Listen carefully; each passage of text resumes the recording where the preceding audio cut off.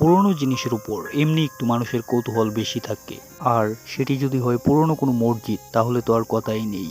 এমনই একটা মসজিদের কথা আজকে আমরা জানতে চলেছি। ধারণা করা হয় যে এই মসজিদটি মোগল আমলের তৈরি এবং এটির বয়স হবে মিনিমাম 340 বছর। এবং এই মসজিদটি কিশোরগঞ্জের 11 সিন্ধুতে স্থাপন করা হয়েছিল মোগল আমলে। এর আগে আমি একটি ভিডিও বানিয়েছিলাম শাহ মোহাম্মদ মসজিদ নিয়ে।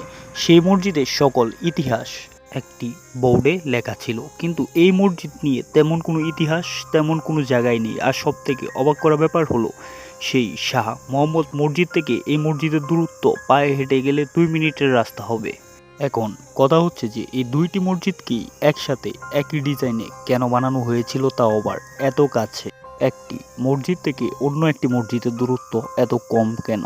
এবং সেই মসজিদটির গায়ে ছিল সুলতানি আমলের চিত্রফলক, এবং এই মসজিদটির গায়েও রয়েছে সুলতানি আমলের চিত্রফলক।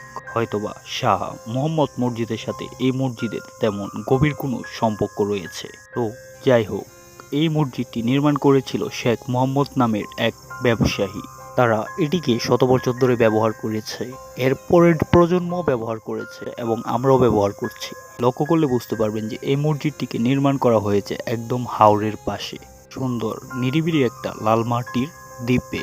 মসজিদের উপরের অংশে আপনি দেখতে পারবেন যে বিশাল আকৃতির একটি গম্বুজ রয়েছে, এবং মসজিদের ভিতরের দিক দিয়ে এই গম্বুজটি একদমই খোলা অবস্থায় রয়েছে, যার কারণে মসজিদের ভিতরে থেকে মধুর সুরে তেলাওয়াত করলে আপনি অসম্ভব সুন্দর এক ধ্বনি শুনতে পারবেন সেই তেলাওয়াতে। ধারণা করা হয় যে মসজিদের উপরের অংশে এত বড় একটি গম্বুজ দেওয়ার এটিও একটি কারণ হতে পারে। বর্তমান সময়ে এমন মোগল আমলের স্থাপনা খুব কমই দেখা যায়, তাই তো দূর দূরান্ত থেকে মানুষ এক নজর এটিকে দেখার জন্য ছুটে আসে।